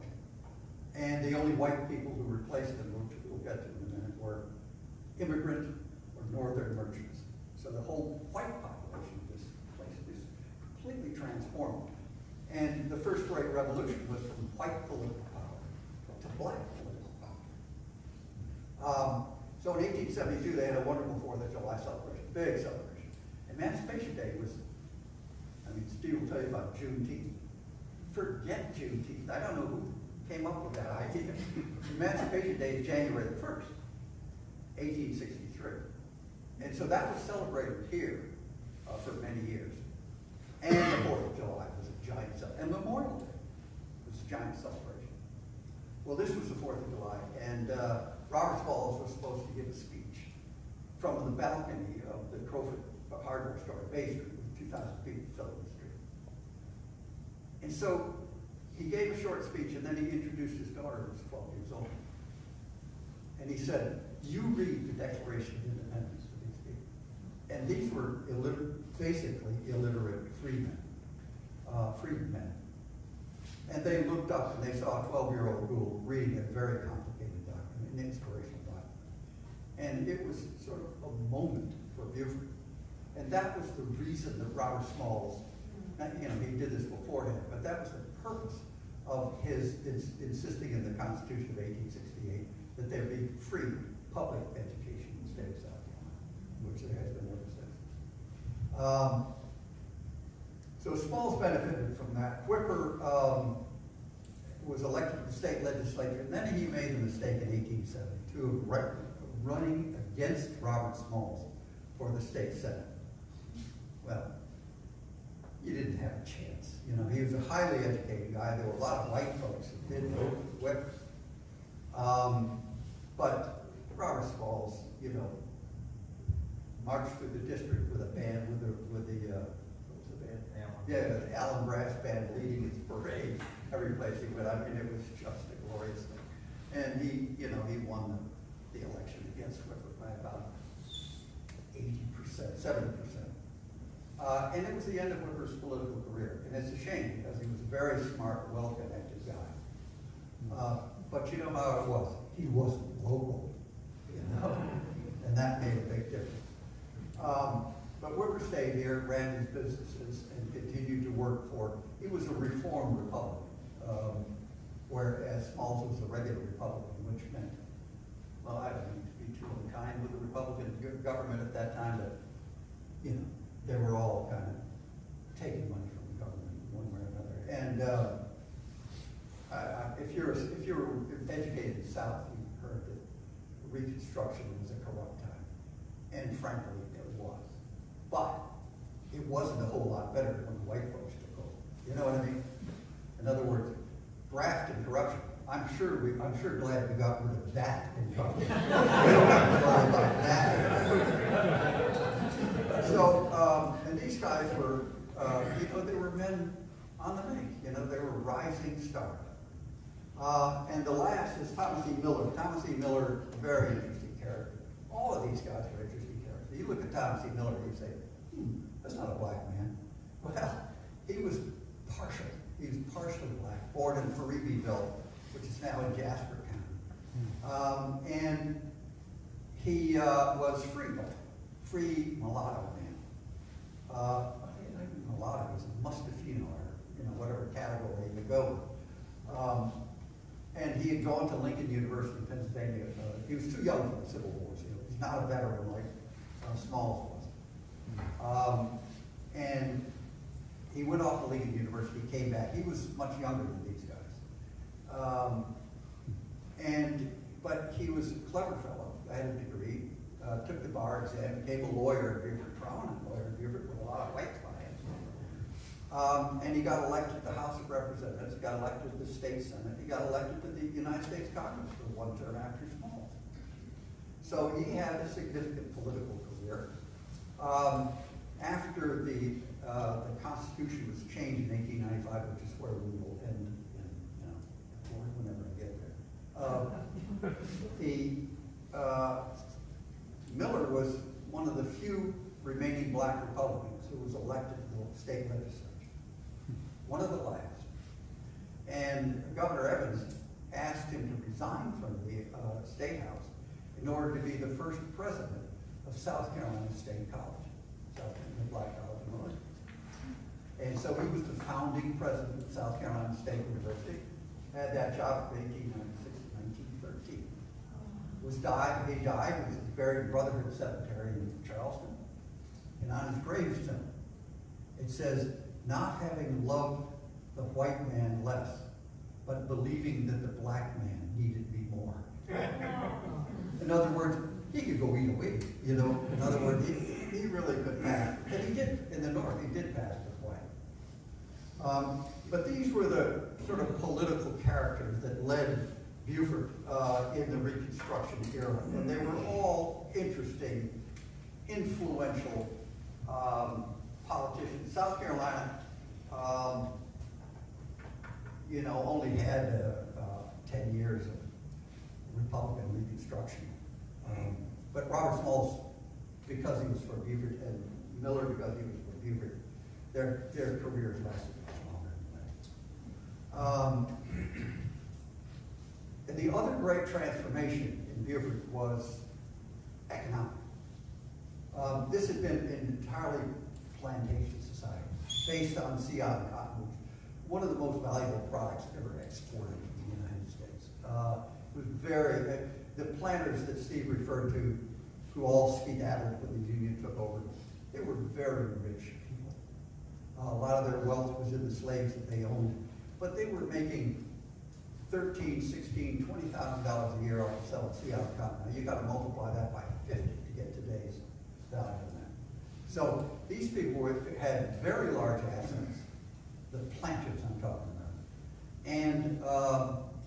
and very large incomes. And so that gave them the confidence to secede from the Union. As the Yankees can't take us, we're too rich, you know. Well, so much for history, right? But the, where was I here? The planter economy was completely destroyed by the Civil War. And it was replaced by a mercantile and an industrial economy. Can you believe it? Do you know that Beaufort County is the site of the largest mining industry in the history of the state of South Carolina? We'll get there. The first thing that happened is that everybody recognized that Port Royal Sound was a great seaport. 30 feet of water over the bar at any time without any dredging at all. It's the deepest natural harbor between New York and Key West. The Union Navy knew that, Spanish explorers knew that, French explorers knew that, everybody knew that. So it became a commercial center. And steamships that were coming and going during the Civil War, Steve showed you the picture of it, continued to come and go. And the real inspiration, and in 1870 they discovered phosphates in the rivers around here. Now phosphate is what you make fertilizer of. Phosphate and nitrogen, which you get from bird poop, right? Guano. And so you mix those two together to get fertilizer. And for 20 years, the phosphate industry created in Beaufort County the largest mining industry in the history of the state of South Carolina. And it was the largest source of phosphate in America for at least 10 of those years in the 1880s. It was a boom, and this was an industrial boom. The black folks that worked on their farm, they went to work for big wages in the phosphate industry. And the phosphate industry encouraged the creation of the Port Royal and Augusta Railroad. And this was a real turning point in the Sea Island history. It's a very, you know, when they were talking about building the, there we are. Right down through the middle of that is the railroad. You see the black line that starts up there at Fairfax. It goes down to Port Royal, down to just opposite Paris Island. That was the railroad that was begun done in 1860. It was chartered in 1859. The Confederates were going to build a railroad, but they never got to do it. So it was rechartered in 1867. Stephen C. Millett undertook to build a railroad from Augusta, Georgia to Port Royal, South Carolina, to open up this magnificent harbor. The railroad was built between 1867 and 1873, and it opened on March the 7th, 1873. It was a and the first president, Millett, he went to Columbia to do some business. He got sick and died when he was in his 30s. His gravestone is in St. Helena Church. It's dead. But the railroad brought coal. And the coal brought the steamships, and most particularly the United States Navy. So the Navy, which was converting to sail to steam during the Civil War, they needed coaling stations. Every Navy in the world needed coaling stations all around the world to run their steam engines. And Port Royal Sound, because of the railroad that Stephen C. Millett built, became one of the major coaling stations in the American Southeast the major coaling station in the Southeast for the United States Navy. It had been a naval station throughout the Civil War. The Navy never left. The whole South Atlantic Fleet was in Port Royal Sound in 1876. And in 1877, Port Royal, after the railroad was built, was declared United States Naval Station, Port Royal, South Carolina, May of 1877. So that was a huge piece of business. And then all along the railroad line that was built from Augusta to Port Royal, lumber mills sprung up. I mean, try not growing southern yellow pine trees. I mean, they grow like weeds and they get as big around as half the size of this building. You know, I mean, and it's a marvelous source of timber. So all along that railroad line, lumber mills were built. And they shipped the lumber on the railroad down to lumber schooners that left Port Royal Sound for New York, Boston, Philadelphia, Baltimore. These were coastal schooners, you can imagine them. Four-masted schooners filled with lumber. Some of them were filled with so much lumber that the hull sank and the lumber kept sailing along. I mean, it was a great maritime age in Port Royal Sound. The largest of the lumber mills built on this railroad was built by Colonel W.C. Malden. And he built right in the middle of the railroad, he built a very large lumber mill. And that's where the town of Hampton grew up around the Malden Mill. He didn't have any sons that survived, but he had a daughter named Lily Malden. And she married one of the largest landowners in what is now Hampton County, named Jacob Lightsey. And they had a daughter named Thelma Lightsey. And Thelma Lightsey, at the turn of the century, married a promising young lawyer who moved to Beaufort named W. Brantley Harvey. You see how history works. So all this is, and this was a powerful stimulation to what is now Hampton County. All the towns in this part of the state that survived, almost all the towns, are built along that railroad line. If you go up the railroad from Port Royal, you start from Port Royal, you go to Port Royal, Beaufort, then you go across that's the first bridge to cross to connect the mainland to the Sea Island. Then you go to Genesee, Early Branch, Fairfax, Hampton, Brunson. Brunson was halfway to Augusta. So there was a siding at Brunson where the one train would come off and the other one would go through. And every day, they started a train from Port Royal and went to Augusta. And at the same time they started a train in Augusta and would go to Port Royal. They'd pass Brunson. You know, that's what they had to do. They had to wait for, they called it the up train and the down train. So So the up train had to pull off to let the down train come through, or vice versa, in the middle of this track. And all the towns along, then you get to Allendale, and up there where the railroad gets near the Savannah River, there are two little towns named Appleton and Millet, named after the two guys that built the railroad. Appleton was a New York lawyer who provided the capital to build the railroad, the largest stockholder. Millet was the guy that built it. He was the first president of the railroad. And then the railroad goes out up to Beach Island and across the river. Goes to Red Bluff, right? And then to Beach Island, and then across the Savannah River to Augusta.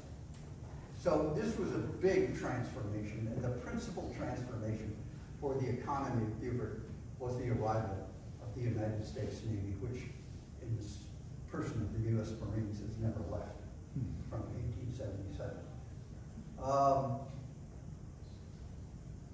The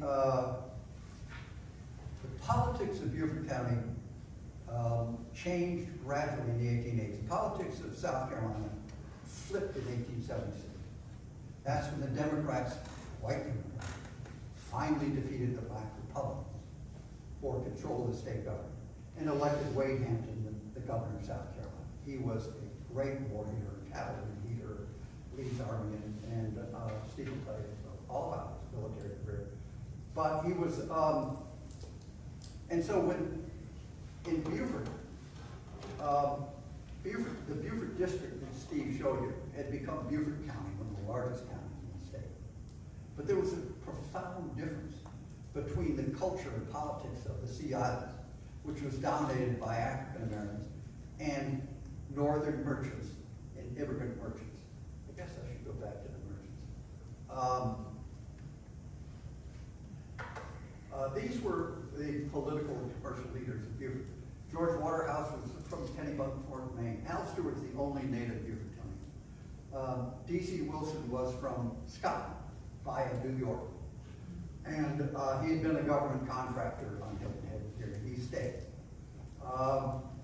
C.C. Cummings was a timberman. W.R. Lockwood was the banker.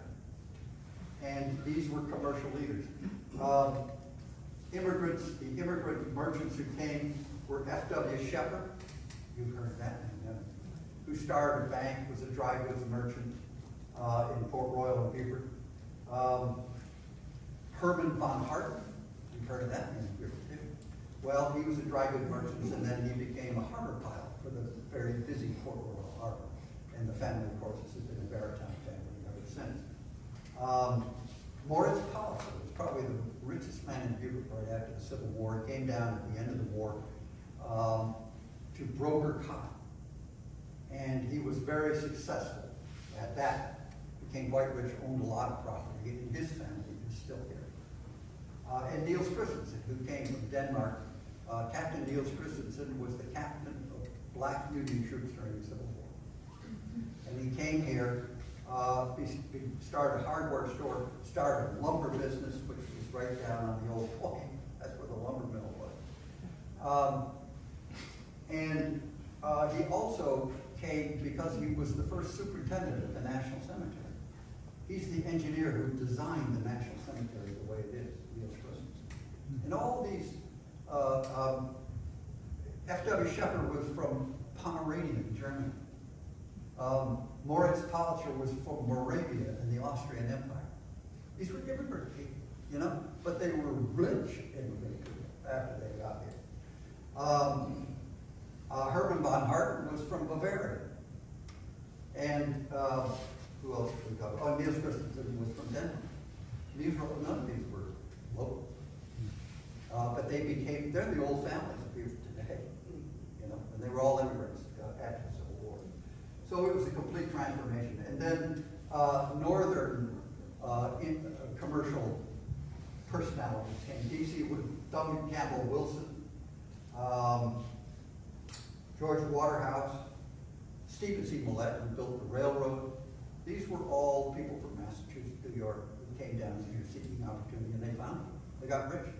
George Waterhouse, in 1890, the chairman of the New York Stock Exchange, came to Beaufort to investigate the properties of George Waterhouse for purchase. So these guys were big businessmen. Among other things, George Waterhouse was a 50% owner in the Charleston Steamship Company, which ran the steamboats that went from Charleston to Savannah. The pilot boat, the Pilot Boy was the principal package ship between Charleston and Savannah. Always stopped at George Waterhouse's dock in Cotton Gin on Bay Street. So these are the guys that rebuilt Beaufort after the war, and it was not a plantation economy. It was an industrial, commercial, seaport economy. It was complete, and it was very successful. People came here from all over. They were shipping cotton, lumber, phosphates out of the Port of Port Royal. By 1883, the Port of Port Royal was the 10th largest export port in the United States. I mean, this is a prosperous time, led by a black political establishment and immigrant merchants. And it was a complete transformation for antebellum Beaufort. One of our old friends who wrote a manuscript on this subject called it the first city of the New South. And that's a pretty good description of what Beaufort was after the war. Sorry, it wasn't destined to stay. So the largest industry was the phosphate industry. There on the bottom left. And there were phosphate works all over Beaufort County. 3,000 industrial jobs, paying $5 a day, which was a ton of money in those days, to freedmen to work with the phosphate. And the phosphate, almost all of it, well, most of it, was uncovered from underneath the water. Phosphate is a marine deposit. And so you had, you first had divers that went down and filled up baskets with rocks and got pulled up. You know, you do that 10 times a day, you're going to die from it. You know, I mean, it's just not good. And then it became mechanical. And for 20 years, the largest floating dredge in the United States operated in the Coosaw River. The mining companies that were here were, the largest was the Coosaw Mining Company. And it was formed in 1870. It was for some of those 20 years that the phosphates were here, the largest phosphate company in the United States. And this was the richest phosphate in the United States. It was 60% pure phosphate. So what they did in these phosphate works is they would burn the phosphate so that the rock broke down into powder or sand, basically. And that was almost pure phosphate that they would mix with nitrogen to make fertilizer. They got the nitrogen from South America, from bird poop in South America, guano. So they had guano ships coming into Port Royal Sound. For a while, Port Royal was known as the guano port. with large mountains of guano yeah. So you can, and when they built the railroad, they laid out the town. They had shops and houses. Now, how would you like to live in guano capital? So, but it was a very prosperous business and lasted for a few, a couple of decades, a generation. Lasted for a generation. The Coosaw Mining Company was the biggest. The I should know this. I've been doing this for 4 years. The Pacific Guano Company.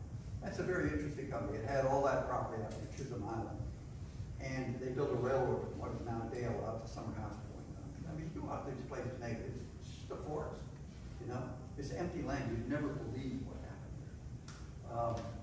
But Pacific Guano, the headquarters was in Woods Hole, Massachusetts, because that's where they brought the guano in to create fertilizer for New England farmers. Well, they moved down here to get the phosphate. Pacific Guano is a very big employer of people in the freedmen. Oops, sorry. Maybe you can't hear me until I tell you. The Brotherhood Mines is Brotherhood Street over. They mine phosphate in Batter Creek. The Sea Island Chemical Company, which was owned by D.C. Wilson, one of the guys you saw there, was on the end of Spanish Point. Spanish Point, which is now, fine development in Beaufort, residential, was an industrial center. The phosphate company and the lumber mill were all there. One of the largest lumber mills in the American South was right there you could see it from Bay Street on the end of on the inside of Spanish Point. And the rake where they ran the logs on is still there, and the hole in this bank is still there. Henry Chambers had his house on that hole in the bank where the lumber mill was. And the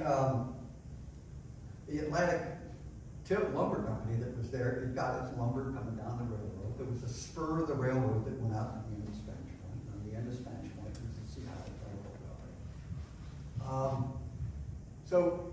And everybody in Beaufort said that the lumber mill, the Atlantic Lumber Company, that the whistle from the lumber mill woke everybody up in Beaufort every morning. I can understand it because when I was a kid, I lived out on the end of the point. Steve showed me the house. And right across the river was the oyster factory. Well, the oyster factory did the same thing. When they wanted people to come to work at 6 o'clock in the morning, they would blow this big steam whistle, which would, maybe go to school, At any rate, it was an industrial setting throughout the 20 years of Reconstruction. The maritime shipping was big, 10th largest in 1883. And the naval station, which was the principal effect of all this, in 1895, they started to buy up property on Paris Island because it used as a coaling station for the United States Navy and a provisioning station. That's where it began. And in 1895, they built the largest dry dock in the United States on Paris Island, South Carolina. This was the United States Naval Station, Port Royal, South Carolina. And in 1896, the largest ship in the United States Navy was in that dry dock, the USS Indiana. That's it right there. And it was a big deal during the Spanish-American War when these ships were critical to that effort. But in the 20th century, the Navy abandoned it because of this guy. Well, we're there. Benjamin Tillman. Nobody in Beaufort County ever voted for Benjamin Tillman. It was a majority black county anyway, so none of the blacks voted. And a few of the whites did vote for Benjamin Tillman, the old Southern. But Pitchfork Ben Tillman was his name because he campaigned by saying he was against the gold standard, hard money. And so there's a big argument in those days. And so he said he got elected to the United States Senate. He was going to go to Washington, stick a pitchfork in Grover Cleveland's side. So he's known to history as Pitchfork Ben Tillman. And he was the governor of South Carolina, and he disliked Beaufort County. And he disliked the phosphate business, which were foreigners, a lot of English money here, and northerners. And so he taxed the phosphate business and made it less profitable, and basically tried to politically kill the phosphate business in South Carolina, in Beaufort County. That isn't what did it. What did it was in 1888, they discovered 80% pure phosphate behind Tampa, Florida. If you've been to Florida, you ever been to Boca Grande, Florida? That was the phosphate port for the phosphate behind Tampa. You couldn't get a big ship in and out of Tampa Bay until World War I. So they ran a railroad down to Boca Grande. Boca Grande, big mouth, And that's where the phosphate, and 80% pure phosphate, we couldn't compete with it. And so eventually the phosphate business here died out. By 1914, the last phosphate business shut down. But the refuse of that is still around. I mean, I can take you to a place where there's a mound of earth like a hill, and underneath it is an old phosphate plant. You got to watch where you're stepping. You're going to fall into cisterns out there, Summerhouse Point. But all around, this was big business and big employment. And in the 1890s, it disappeared. One of the things that caused the decline in Beaufort after Reconstruction was the hurricane of 1893. The hurricane of 1893 is still one of the top natural disasters in American history. 2,000 people were killed by that hurricane between Charleston and Savannah. Nobody had any warning. It completely covered St. Helena Island, completely covered Paris Island. Only 10% of Hilton Head was above water in 1893. Could that happen again? Well, the actuarials of the major insurance companies in the United States say not for 478 years. The hurricane of 1893, the Tillman politics, and the discovery of better phosphate in Florida killed the biggest industry Beaufort County ever had, and the largest employer Beaufort had during Reconstruction. And it was the end of a great era of prosperity. And the Reconstruction era politically ended with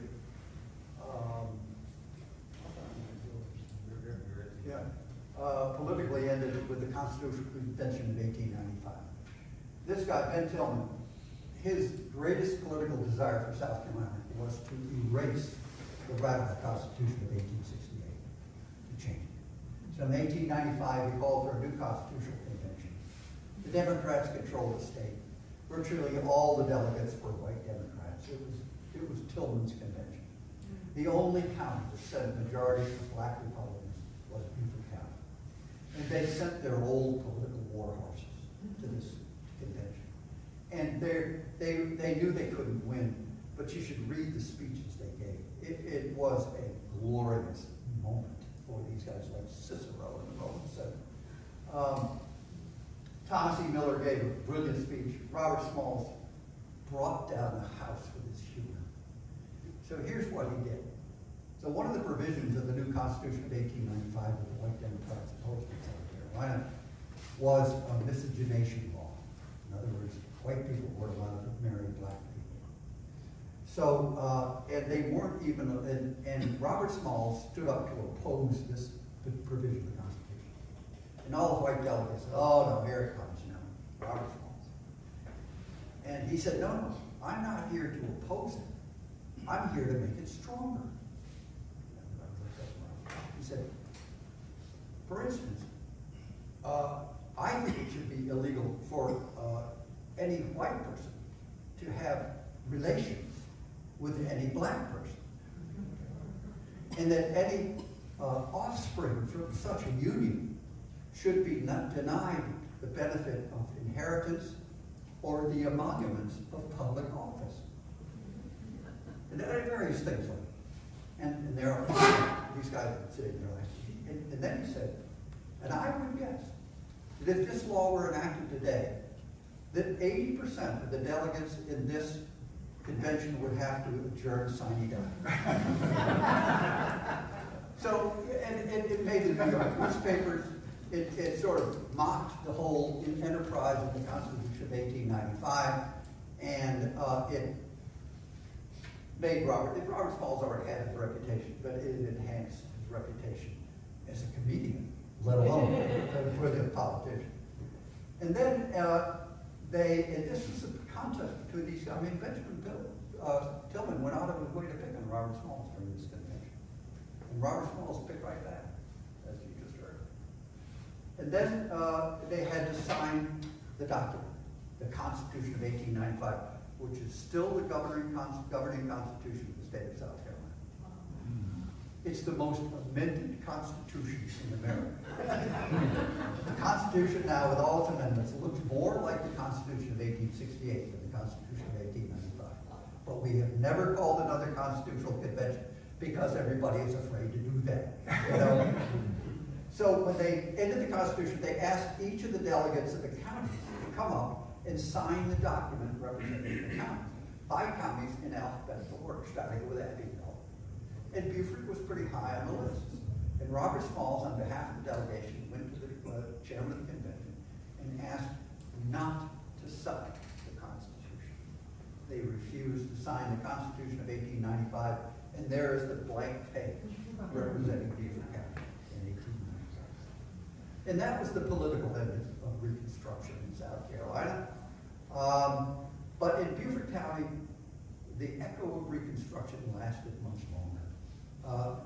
The city of Beaufort had the last mixed-race elected government in the state of South Carolina.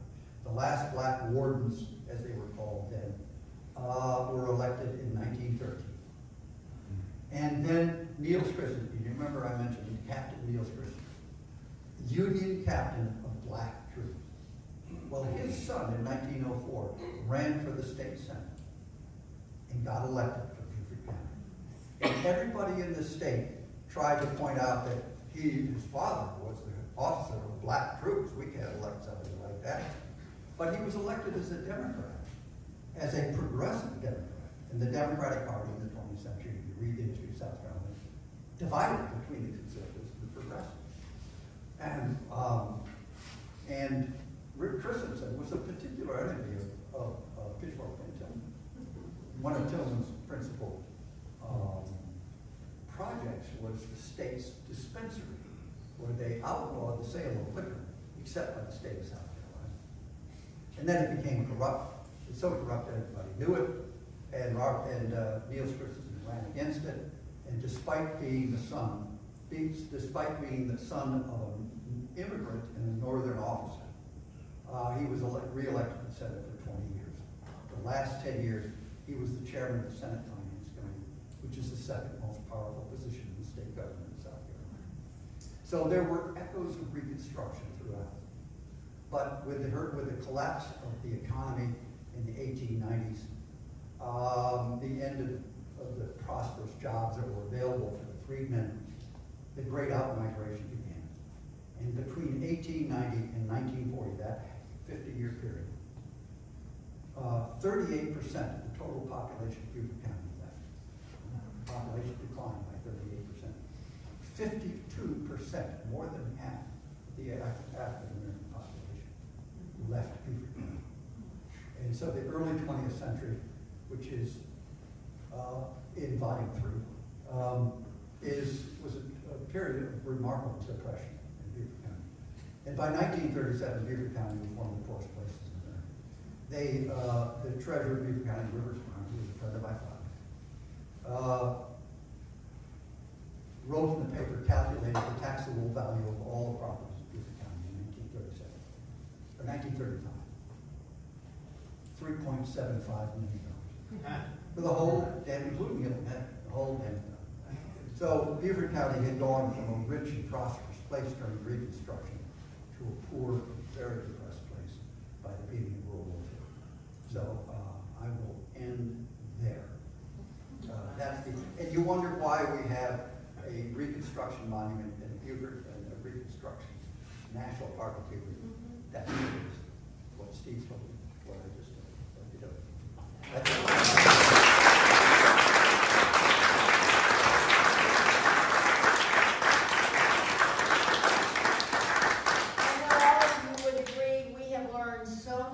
This evening, and I can't wait to hear more. So we will definitely have both Larry and Stephen back again. Thank you so much for being with us this evening.